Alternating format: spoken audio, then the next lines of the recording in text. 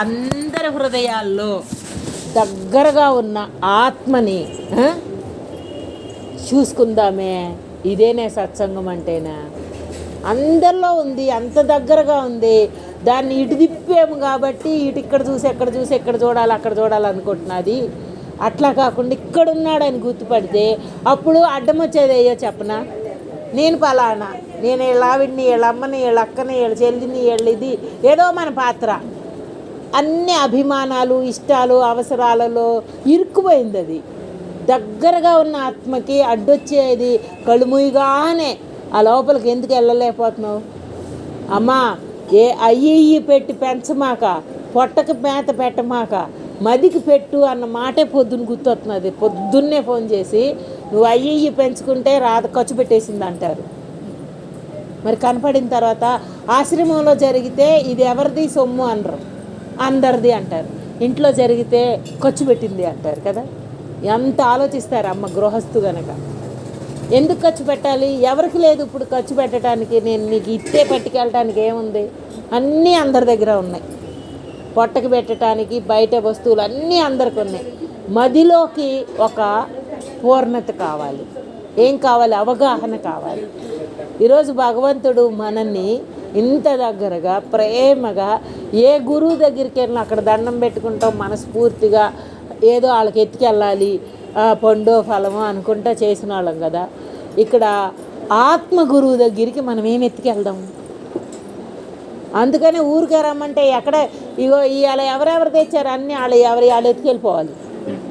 నిజం, ఊరికే రమ్మంటున్నాడు పరమాత్మ. అమ్మ ఫస్ట్ రోజు ఇక్కడ సత్సంగం పెడితే తాంబాళం నిండిపోయింది, అరటిపళ్ళు పళ్ళు అన్నీ. అసలు ఇక సత్సంగం అయిపోగానే లేదా ఎవరు ఏం తెచ్చారో వాళ్ళకి తెలుసు. పక్కోళ్ళు ఏం తెచ్చారో తెలిసిన తెలపైన ఎవరు వాళ్ళు తెచ్చింది తెలుసు కదా. ఎవరు తెచ్చారో వాళ్ళకి తెలుసు. వాళ్ళే పట్టుకెళ్ళండి, వాళ్ళు ముట్టుకోవద్దు అన్నారు.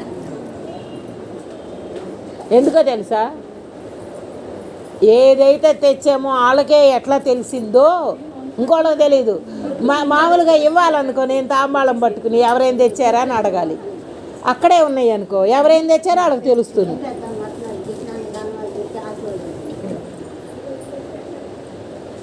చేతి మామ మీకోసం ఎదురు చూస్తున్నా.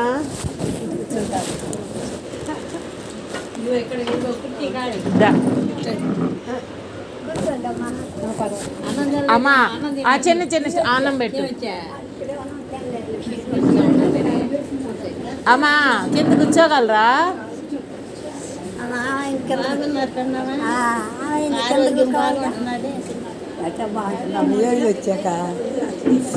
ఇగో సేతుమామని ఏం పోట్టాడేనో తెలుసా? నేను పుష్కరాలకు వెళ్ళొచ్చారు. పుట్టిన కాడి నుంచి ఎన్ని పుష్కరాలు వచ్చినాయి మా అమ్మమ్మ ఊహ తెలిసాక. ములిగేమో, కాకి ములిగింది, మనము ములిగేము. ఏ వయసు వచ్చాక ఎక్కడైనా పడితే ఏమవుతారు? ఈ పుష్కరాలు ఈ ఆశలు పోవా? తర్వాత పెడతారులే. సేతుమామ గురించే చెబుతున్నా ఏనండి. అంటే అనుభవం నేను ఇంకా ఇది చెయ్యాలి, పొందాలి అన్న ఒక సంకల్పం ఉంది చూసావా? వయసు అయిన తర్వాత మనం అడ్డమవుతుంది, మనకు అడ్డమవుతుంది. అది తీసుకెళ్ళమంటే ఆ పిల్ల తిడుతుంది. మళ్ళీ ఏదన్నా అవస్థ వస్తే మనకే అడ్డం వస్తుంది. అంతేగా?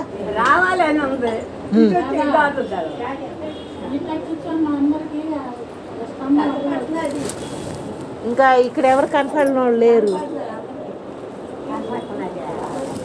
అందుకని ఇక్కడ ఒక మా అమ్మకి ఇంత స్వతంత్రంగా చేసిన పని ఎందుకు తిట్టాడు అంటే, మా అమ్మ ఏం చెప్పొచ్చారో తెలుసా? భీమవరం వెళ్ళినప్పుడు, అమ్మ దగ్గరికి వెళ్ళినప్పుడు, మేము కాటికి తప్ప ఎక్కడికి వెళ్ళమమ్మా, ఇంకా మాకే గుళ్ళు చూడాలని లేదు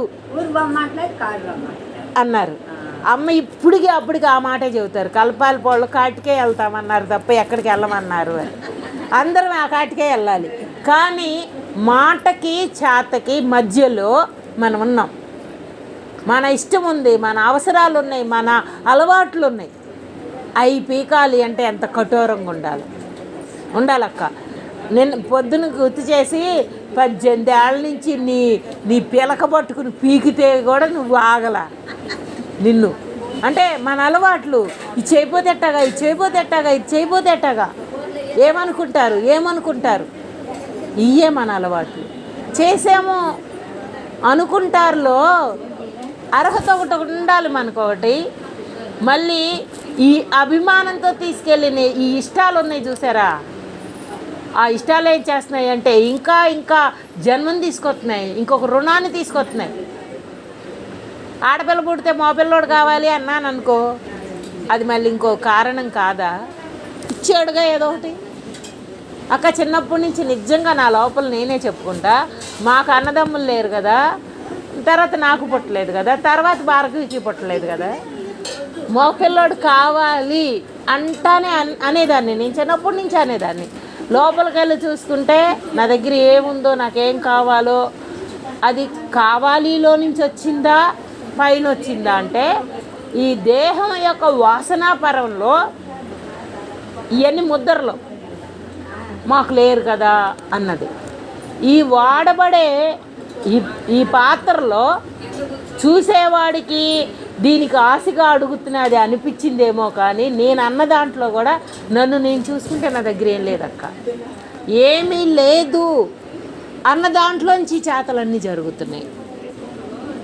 మనని కూడా అమ్మ ఇప్పుడు లోపల ఉందా లేదా అది నేను గుర్తుపట్టాలి. నా మాటని చూసి మీరు ఒకలా గుర్తుపడతారు నన్ను. నా లోపల ఏముందో నేను గుర్తుపట్టాలి ముందల. అది ఇక్కడ మన సబ్జెక్ట్ అంతా. ఎందుకిట్ట మాట్లాడుతున్నాము అంటే ఈ గృహస్థులు అవసరార్థం ఉన్నాం కాబట్టి ఒక మాట కలపాలి అన్న, ఒక మనిషిని ఒక ప్రేమగా మాట్లాడాలంటే మాటే కదా కలపాల్సింది.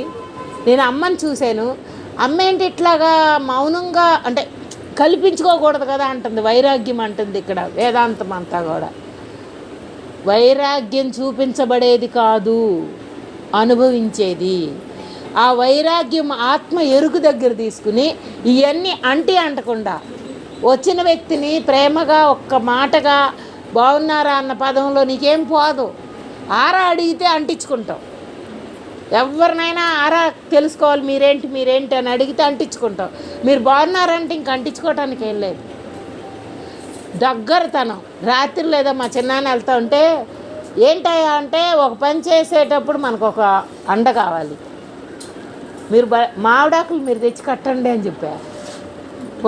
రాత్రి నుంచి ఆయన రాదు అడిగిద్ది, పొద్దున్నే కొయ్యాలి అంటే పొద్దున్నే గోతంలో తెచ్చారు. ఏంటయ్యా అంటే అక్కడ ఒక దగ్గరతనం ఏర్పడాలంటే ఒక పని చెప్తే మన అనుకున్నప్పుడు ఎవరికి పడితే వాళ్ళకి చెప్పం.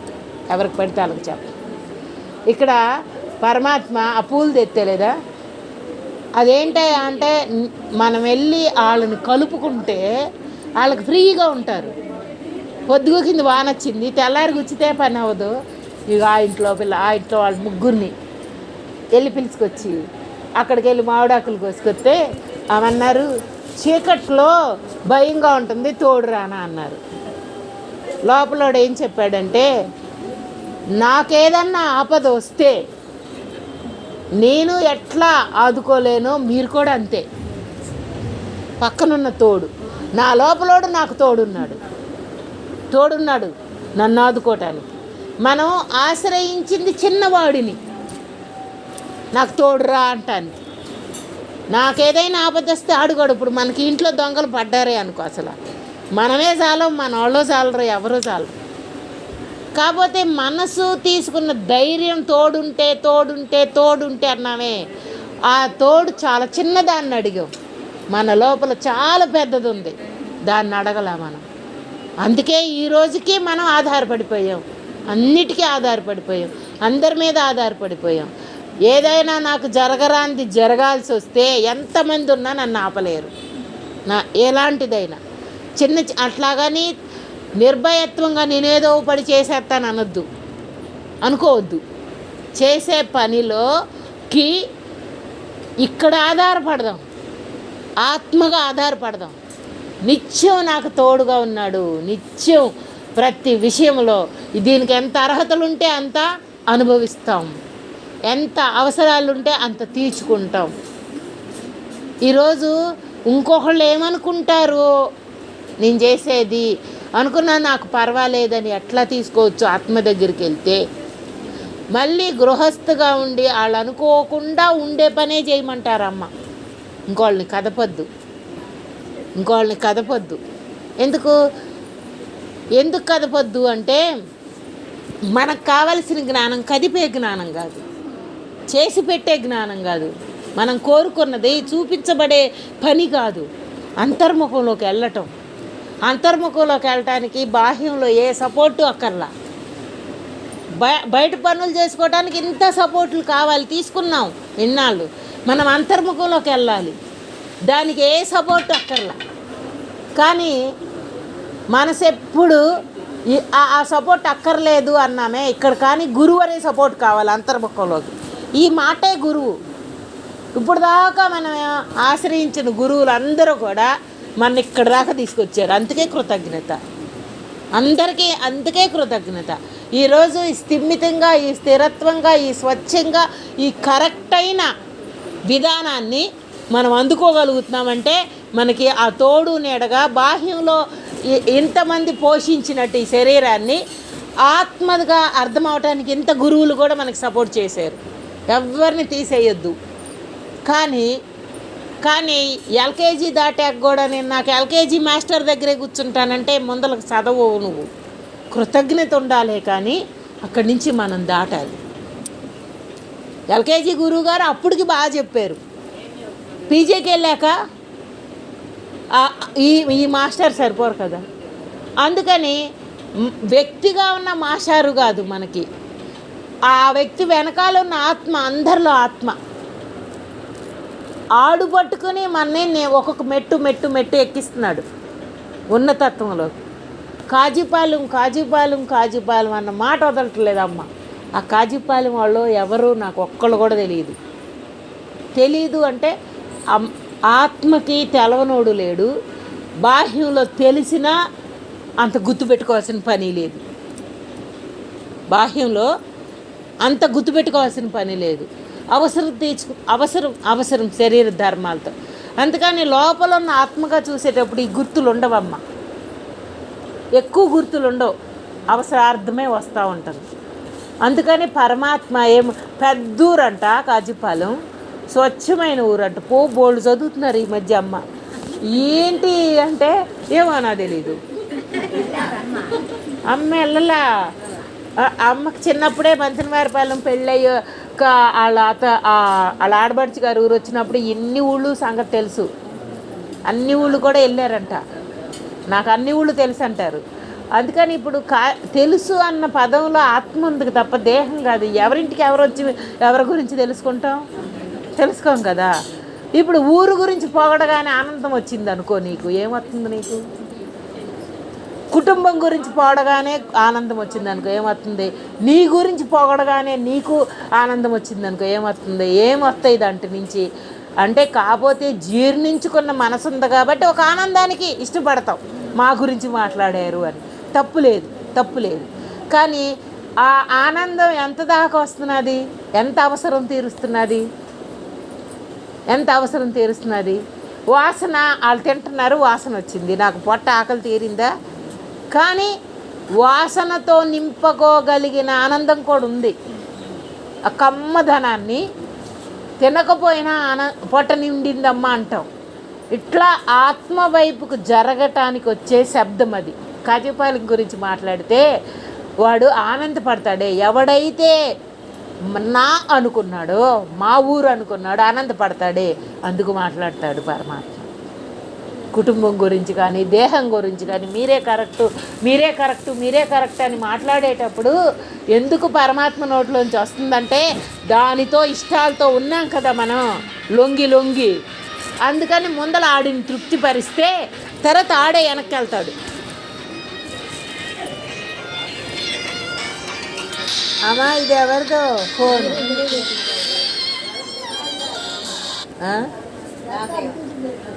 కొత్త వాళ్ళది, కట్ అయింది.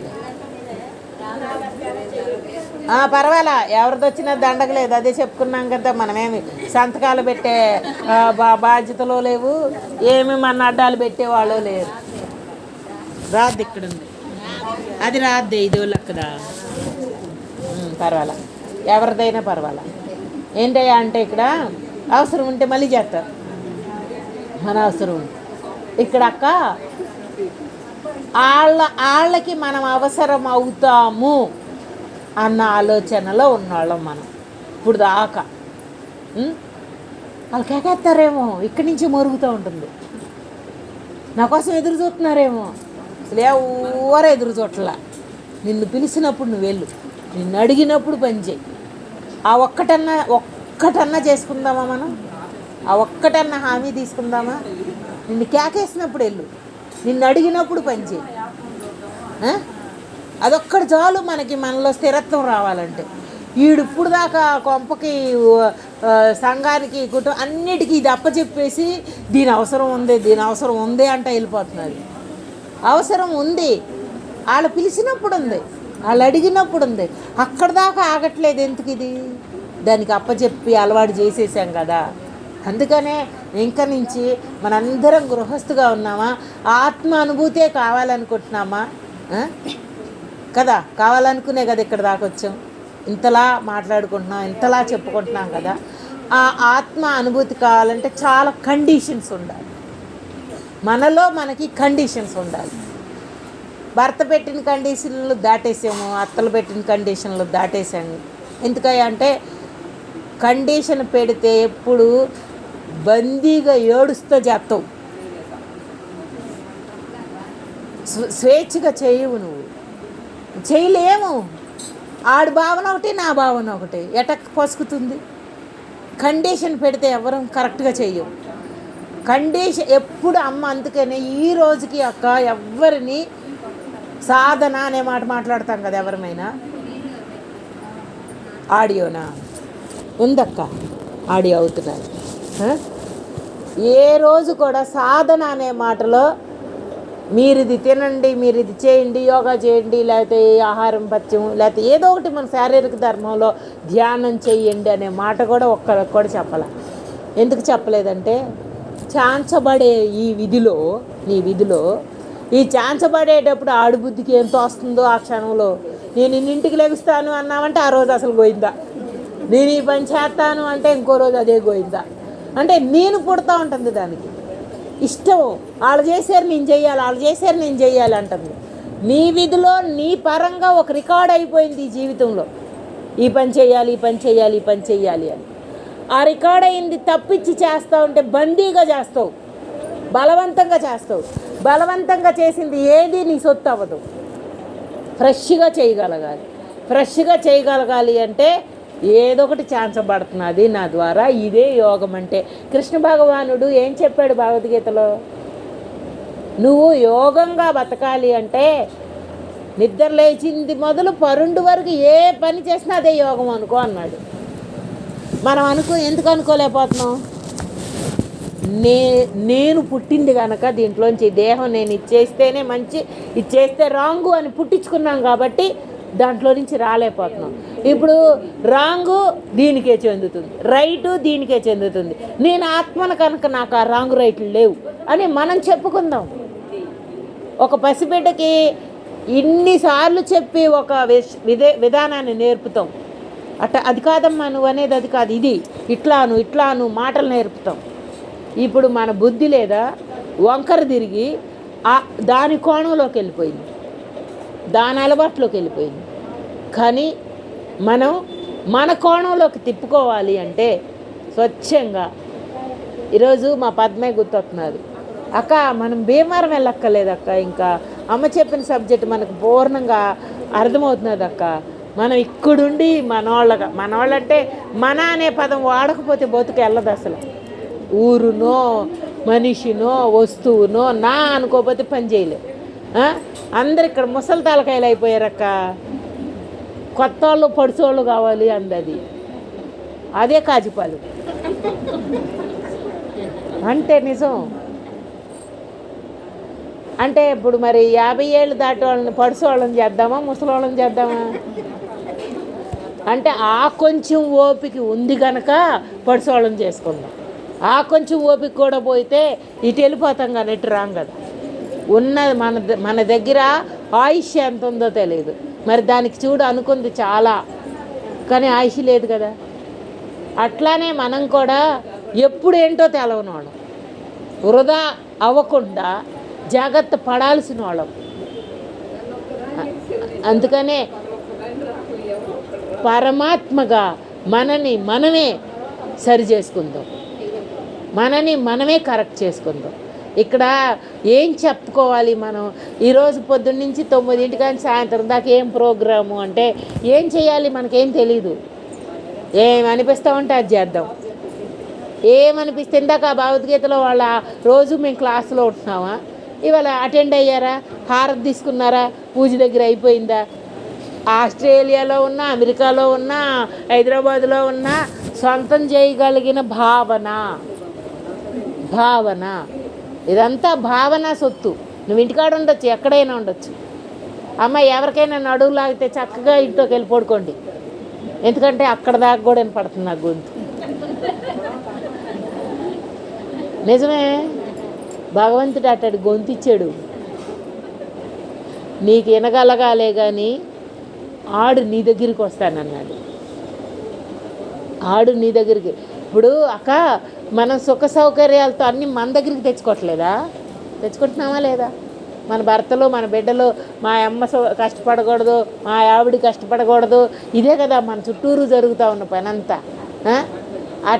ఎట్లా అయితే ఈ సుఖ సౌకర్యాలు దీనికి అందబడుతున్నాయో, దీనికన్నా సుఖమైంది, దీనికన్నా మించినది మన దగ్గర మనం పొందుదాం. మనమే పొందాలి, అది ఇంకోళ్ళు ఇవ్వరు కదా. మనం అట్లా పొందితే లేదా ఇవన్నీ చిన్నవి అయిపోతాయి. మనమేమో వీటిని పెద్దవి చేసుకున్నామంటే అదిగో నా పొయ్యిగట్టు బాగుండాలి, పొయ్యిగట్టు బాగోవాలా? ఏమే మనం బాగోవాలా, పొయ్యిగట్టు బాగోవాలా? పొయ్యిగట్టే బాగోవాలనుకునేది అరిగిందాక తుడుచుకున్నాం అంటే వీళ్ళు వచ్చిన వాళ్ళు ఏమనుకుంటారు, ఇదేంటి ఇట్ట పడేసింది అనుకుంటారేమో. బాగోవాలి అదిగో అక్కట్టకి చేసింది. వచ్చిన దగ్గరికి వచ్చేసరికి పని రాదు అనుకున్నామే, నా దగ్గరికి రాదు అనుకున్నామే. ఆ రాదు అనుకున్నప్పుడు వచ్చేసరికి రియాక్షన్ చెందిన జీవుడు. అప్పుడు అమ్మనే కారణం వచ్చింది, కానీ కారణం అమ్మ కాదు, జీవుడిదే, పాత్రదే. అట్లా మనని గుర్తుపట్టి ఒకవేళ ఇట్లా లొంగిపోయినా గుర్తుపట్టి నాదే అని తెలుసుకుని సైలెంట్ అవుదాం. అది మన ప్రాక్టీస్. ఇక్కడ సైలెంట్ అవుదాం. మొరుక్కున్నా ఏమీ తిరిగి రాదు. మనము అందుకనే మనోళ్ళగా ఎంత చేపించుకున్నామో అంత చేసి రుణం తీర్చాలి. ఇది సత్యం. ఈ భూమి మీద ఎవరి వంతు వాళ్ళని చేసి వెళ్ళిపోవాలి. ఇష్టంగా చేసినా కష్టంగా చేసినా అదే చెయ్యాలి. అగో ఆ తరం వాళ్ళకి ఆ ఇష్టము లేదు, ఆ కష్టము లేదు, చక్కగా చేసుకున్నారు. ఈ మధ్యలో వాళ్ళం లేదా బోల్డ్ ఇష్టాలు, బోల్డ్ ఆశలు పెట్టుకుని అటు కాకుండా అయిపోతున్నాం. ఎందుకు చెప్తున్నాడు, నేను ఎందుకు మాట్లాడుతున్నానంటే పాత్ర గురించి మాట్లాడట్లేదు. ఆ కాలమాన పరిస్థితుల్లో మైండ్ను ఒప్పుకోగలిగిన వాళ్ళందరూ, ఆ తరం వాళ్ళందరూ. మా తరంలో మా బిడ్డలో ఇది కాదు నా అమ్మ, ఇప్పుడు అంత కాదు కదమ్మా, రెండాకి ఎదుర్కోవాల్సి వస్తున్న దాంట్లో.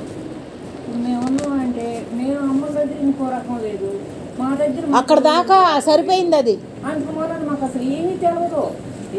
అందుకని ఆ తరానికి దండం పెట్టి ఉన్నంతలో వాళ్ళని ఆనందపరచటమే మన వంతు. అలాగని అన్నీ సాగీయటం కూడా కాదు.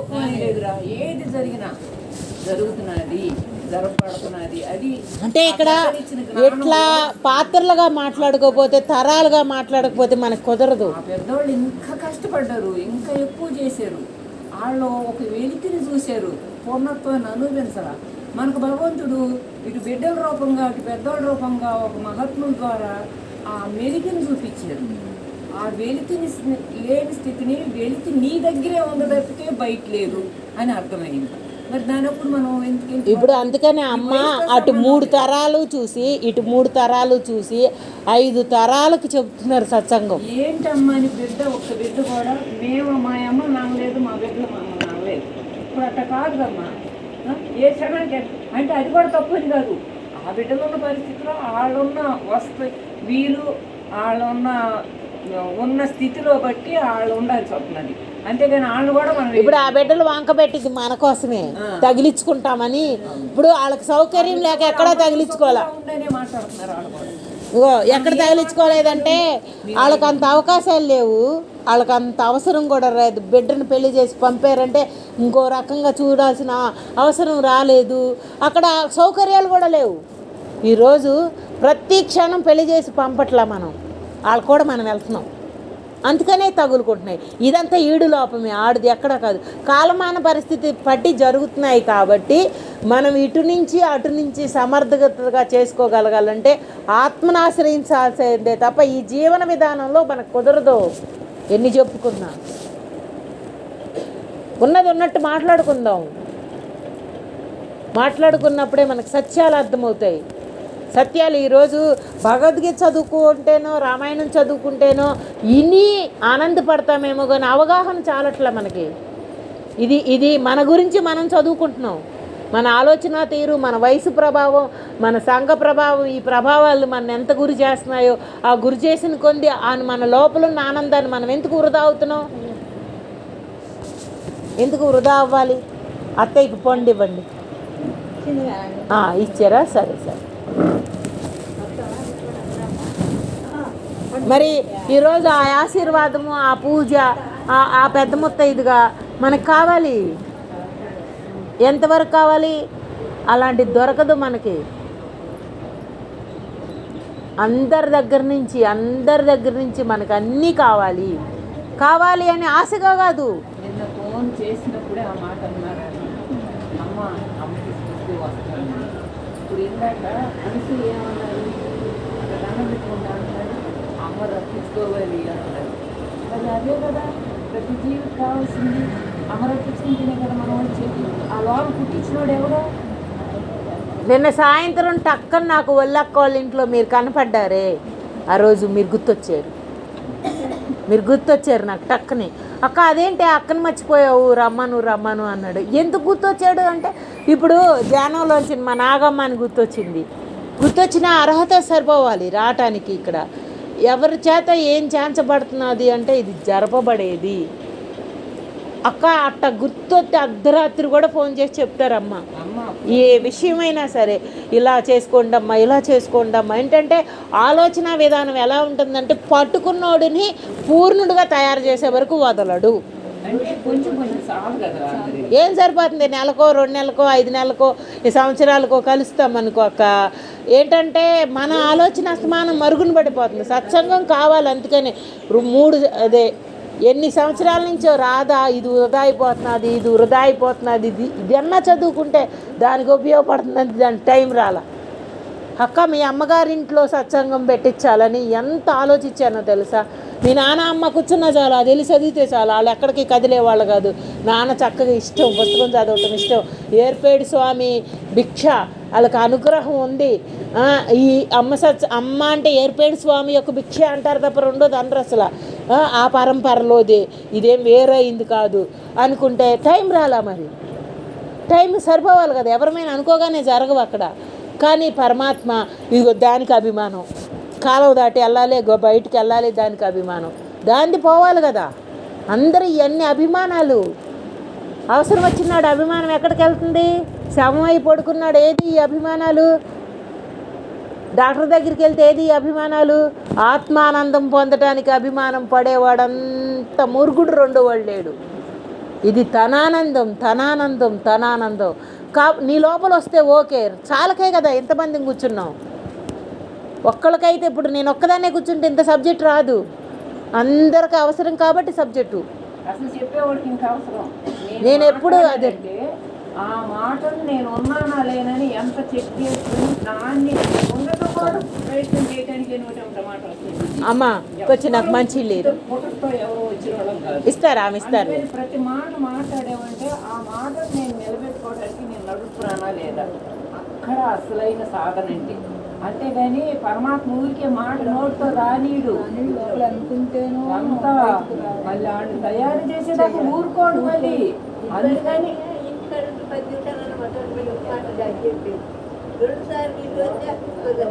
ఈ రోజు అదే మాట. నేను పొద్దున కూర్చోలే తెస్తారా? ఆమె మరి ఆమె రాలేకపోయినా కానీ ఆ ధ్యాస అంతా వెళ్ళొచ్చమ్మా, వెళ్తానమ్మా ఆ దృష్టి చాలే. ఇప్పుడు అగో అక్కడ కూర్చుని ముసలి వాళ్ళందరూ సత్సంగంకి వెళ్తున్నారమ్మా అంటారే.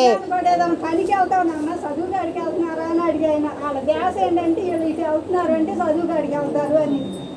ఇక రెండో ధ్యాస ఉండేది కదా, ఎవరు వెళ్ళామో చదువు కాడికి. ఒక్కసారి నా ఫోన్ ఎక్కడుందో గోపాలం గారికి ఫోన్ చేస్తా.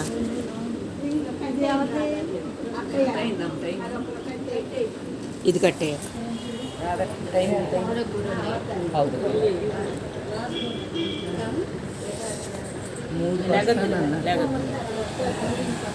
ఏదో కట్టేస్తుంది.